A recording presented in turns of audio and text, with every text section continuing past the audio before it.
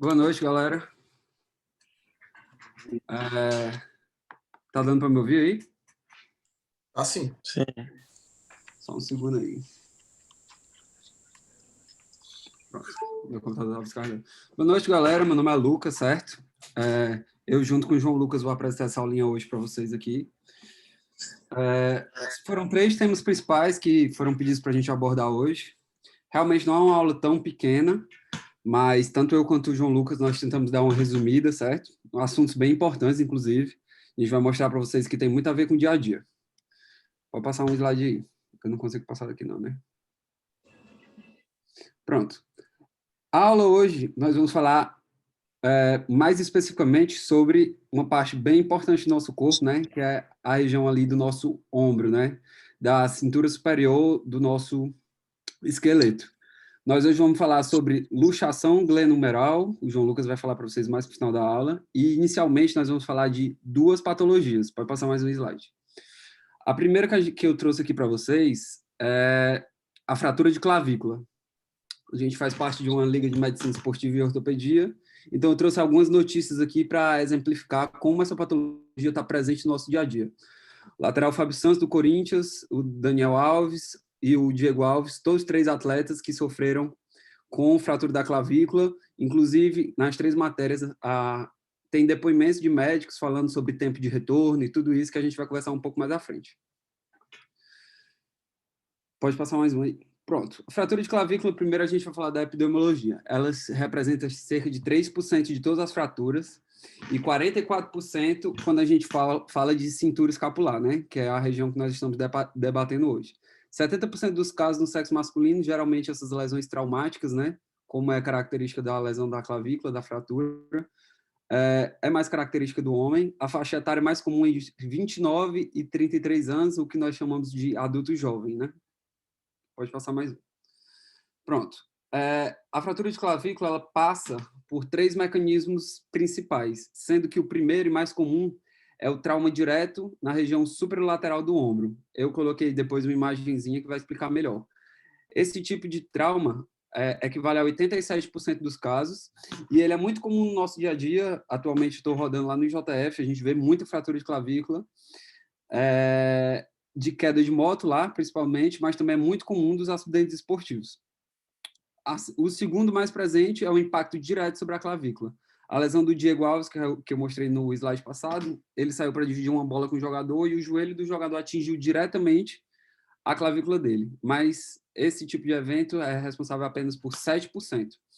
E o terceiro, que é a queda sobre a mão espalmada, né? 6% dos casos, é causado por trauma indireto. Na grande maioria das vezes, esse tipo de trauma gera outros tipos de lesões. A fratura distal de rádio é um exemplo mais comum, mas também é responsável por 6% dos casos da fratura de clavícula, que é o nosso tema de hoje. Pode passar um slide. Nesse próximo slide, a gente vai ver, está um pouco ruim a imagem, mas se vocês conseguirem ver, um tipo de trauma de um atleta de futebol americano que teve uma fratura de clavícula. Reparem como ele cai com todo o peso do corpo em cima do ombro. Esse é o mecanismo mais comum, cerca de 87%, né, como a gente debateu no slide passado, sofrem desse tipo, desse mecanismo de trauma, possuem a fratura de clavícula. Pode passar mais um. Importante nós sabermos um pouco da anatomia, né? A clavícula é esse osso localizado nessa região, ele se articula com o nosso externo e com a clavícula, ou com a escápula, na região do acrômio, né? Fazendo a ligação acromioclavicular. Ele é um osso que não é reto, né? Ele tem essas curvaturas que são de grande importância porque ele é um músculo que faz importante proteção de sistema vascular e neural dessa região.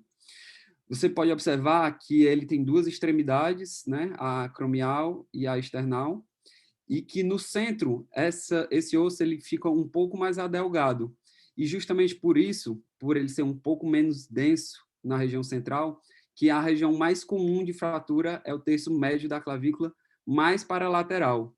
É a região onde ocorrem mais de 80% dos casos. Aqui no canto inferior esquerdo da tela, a gente consegue ver uma radiografia, né, de uma fratura de clavícula com desvio, exatamente no terço médio, que é exatamente essa região que mais comumente afeta esse osso. Pode passar mais um. Pronto, a gente tem duas classificações principais que eu trouxe aqui hoje. Existem mais, mas no momento talvez não seja o objetivo, né, a gente aprofundar tanto assim. A classificação de Allman, que mostra mais ou menos classificando como 1, 2 e 3 os locais principais de fratura, sendo 2 a parte mais distal com 17%, 1 o terço médio com 81% e 2 a parte mais distal com 2%. Reparem que 1, 2 e 3 é literalmente seguindo a ordem das mais prevalentes para as menos prevalentes. Já a classificação de IOTA, ela classifica o traço, né, o tipo de fratura que foi empregada naquela lesão. A simples, que é essa primeira de cima, a mais superior, ela mostra na imagem, né, cerca de 36% desse tipo de fratura. É importante nós vermos qual foi o tipo de fratura, porque isso vai guiar o nosso tratamento, muitas vezes, principalmente se ele for do tipo cirúrgico.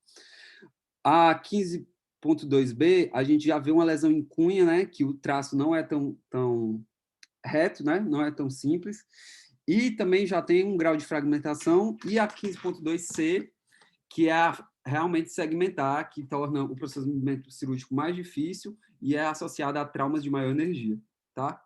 Pode passar mais um.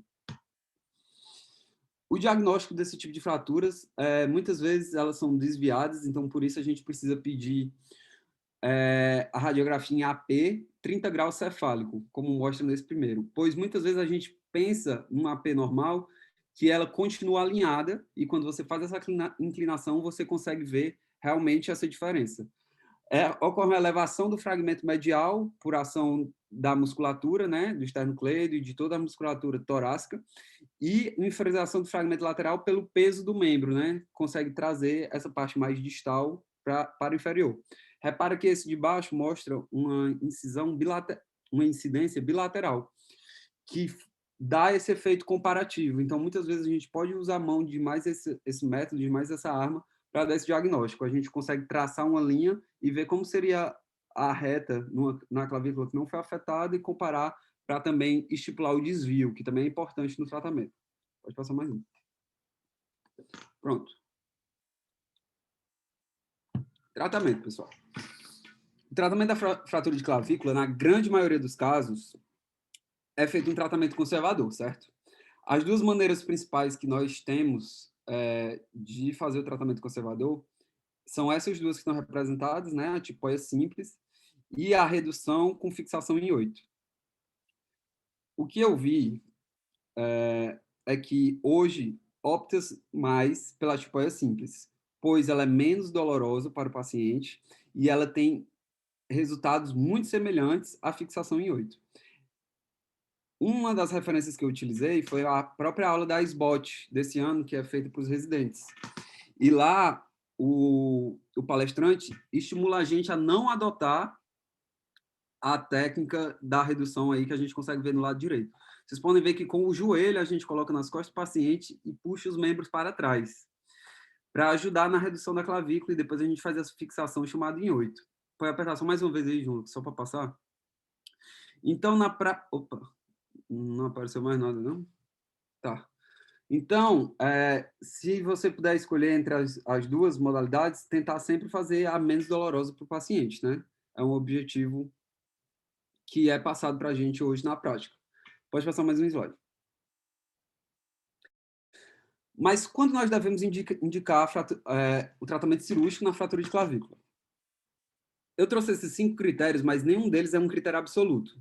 São todos critérios relativos e cada caso tem que ser avaliado da sua maneira específica.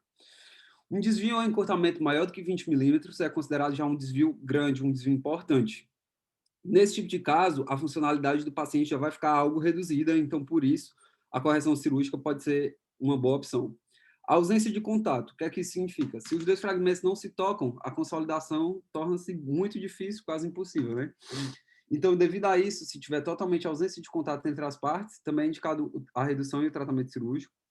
Se tiver fragmentação, né, como eu mostrei para vocês lá na classificação, um trauma de alto impacto, fragmenta demais, dificulta também essa consolidação de maneira conservadora. se for uma fratura exposta com exposição iminente, e se for uma lesão, tiver lesões associadas a outras fraturas na região que devem ser abordadas, ou um paciente politraumatizado, nesse caso também é indicado o tratamento cirúrgico. Pode passar mais um.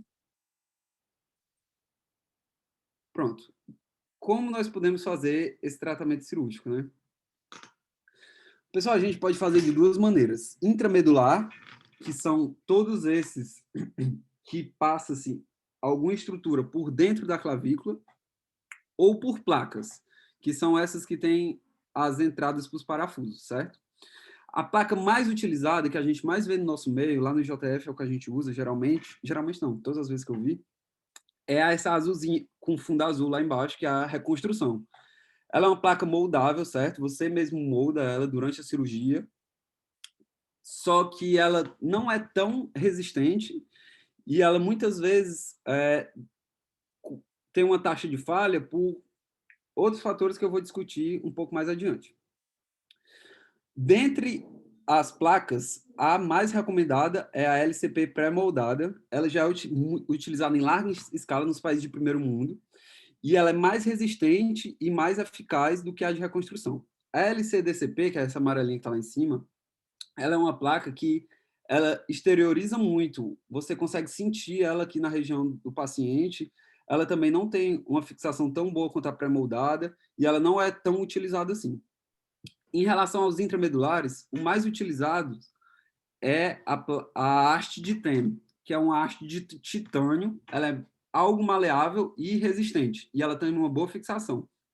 A vantagem dela é que você não precisa expor totalmente como na cirurgia com placa. Na cirurgia com placa, você realmente tem que abrir a clavícula para fazer essa fixação. Já na haste de TEM, você com duas bacaus, você consegue fazer a redução e passar ela por dentro. Passa mais um slide aí, que eu fiz um slide comparando.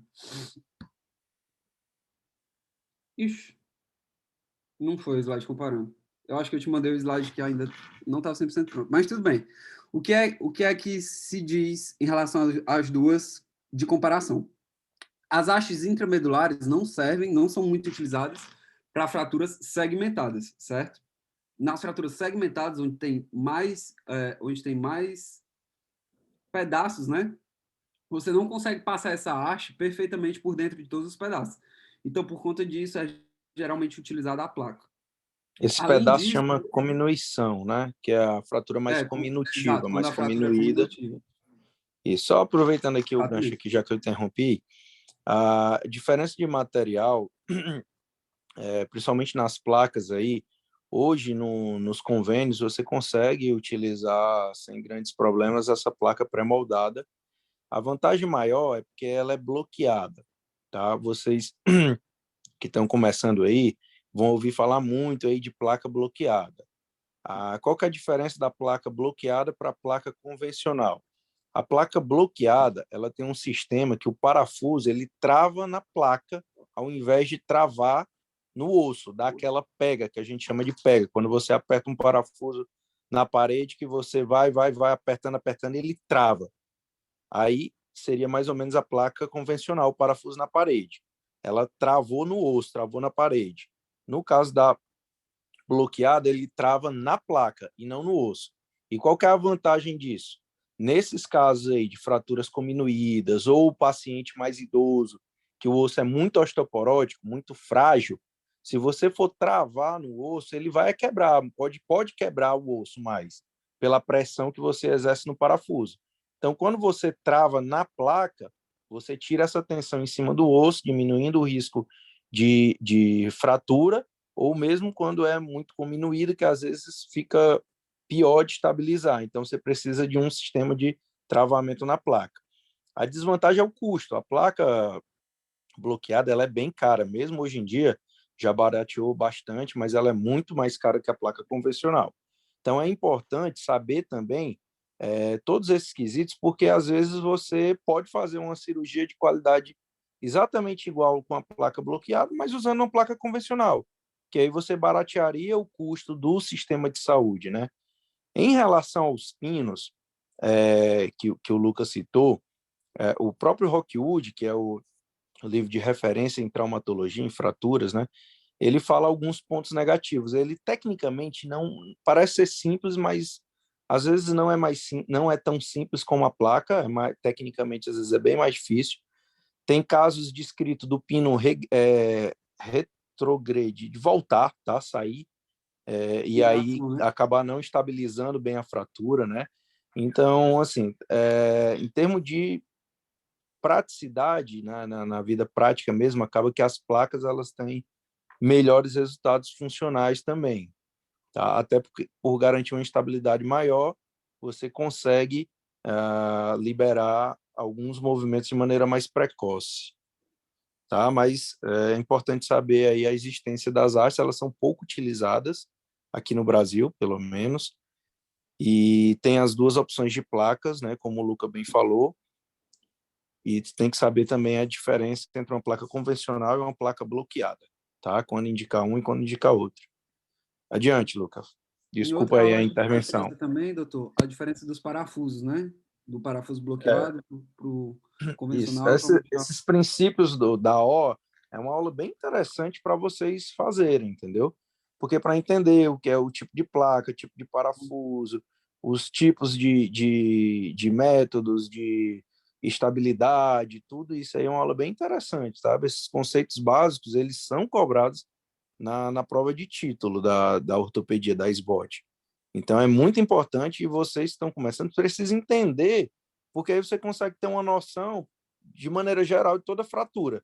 Quando você entende os princípios da AO, que a AO é um sistema internacional de classificação e tratamento de fraturas. Então, é uma aula que vale a pena vocês programarem aí. Vai lá. Tá certo. Pode passar aí, João.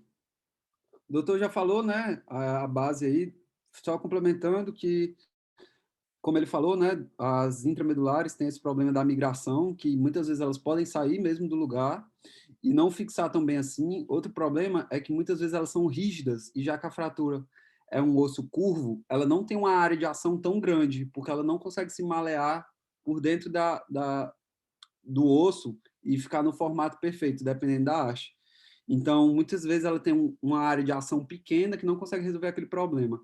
Já na parte das placas, a soltura e a angulação, que é quando a força que o osso exerce acaba entortando mesmo essa placa, são problemas comuns. A taxa de ineficiência das placas é de cerca de 7%. Apareceu uma mensagem aqui para mim falando alguma coisa da reunião terminando. E das hastes já é bem maior do que isso. Eu tinha colocado também os outros dados falando sobre o uso da placa ou não, mas... volta só lá no tratamento, só para fazer outro comentário, que foi outro slide que não foi, que é, pessoal, outra questão que eu acho que é importante a gente abordar aqui é que a clavícula sempre foi tratada muito mais da maneira conservadora do que da maneira cirúrgica.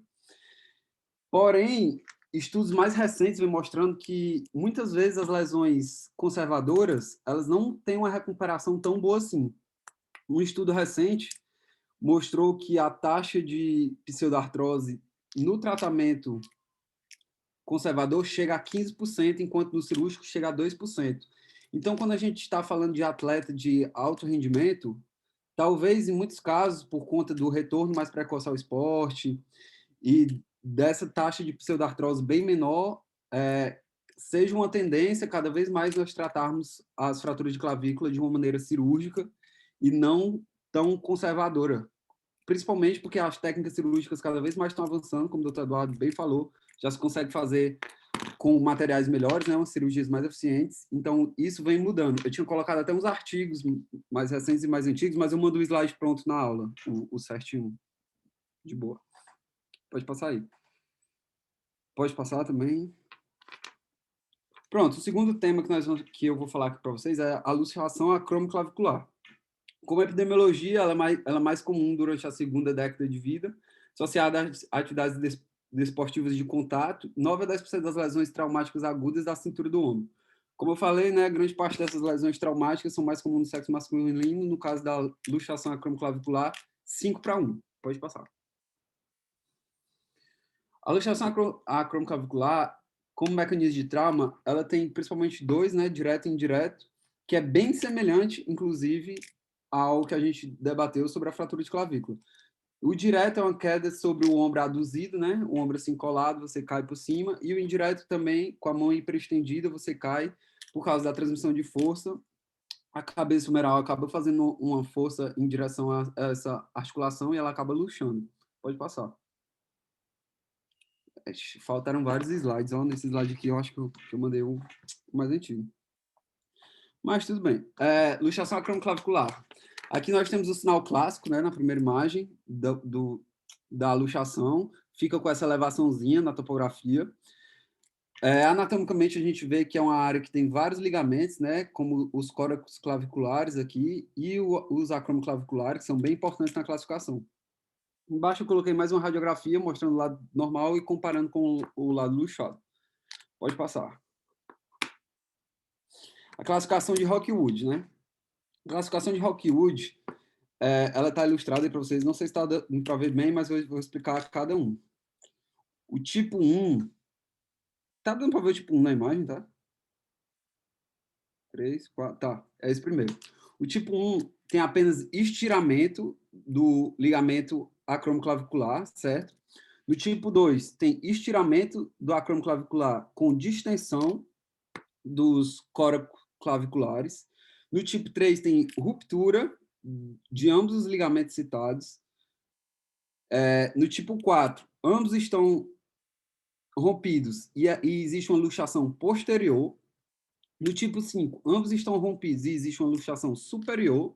E no tipo 6, ambos estão rompidos e ocorre uma luxação inferior.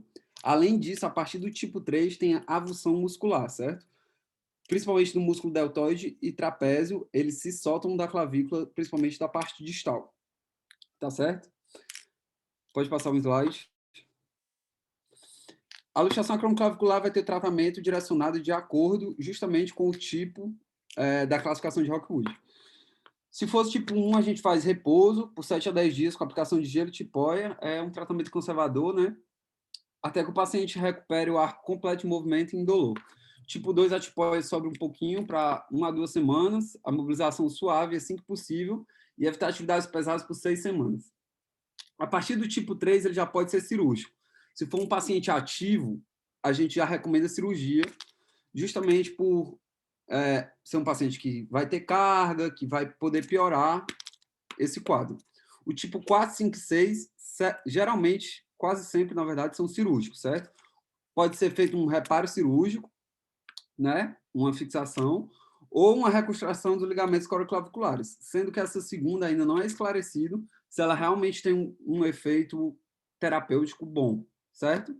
Muita gente faz, né? Onde eu li, falava que tem muita gente que gosta de fazer, mas que as evidências ainda são controversas. No tipo 3, só reforçando, se for um paciente inativo, você faz o conservador, e se for um paciente ativo, nós fazemos a correção cirúrgica. Pode passar.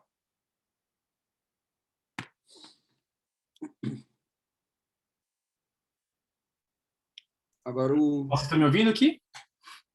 Sim. João Lucas, eu acho melhor a gente começar outra reunião por causa do limite de tempo. Então, vamos deixar para fazer tua aula na outra reunião que eu vou fazer agora. Aí eu vou mandar um link no link de vocês, professores, e depois eu vou mandar também no dos alunos. Eu vou finalizar a reunião e aí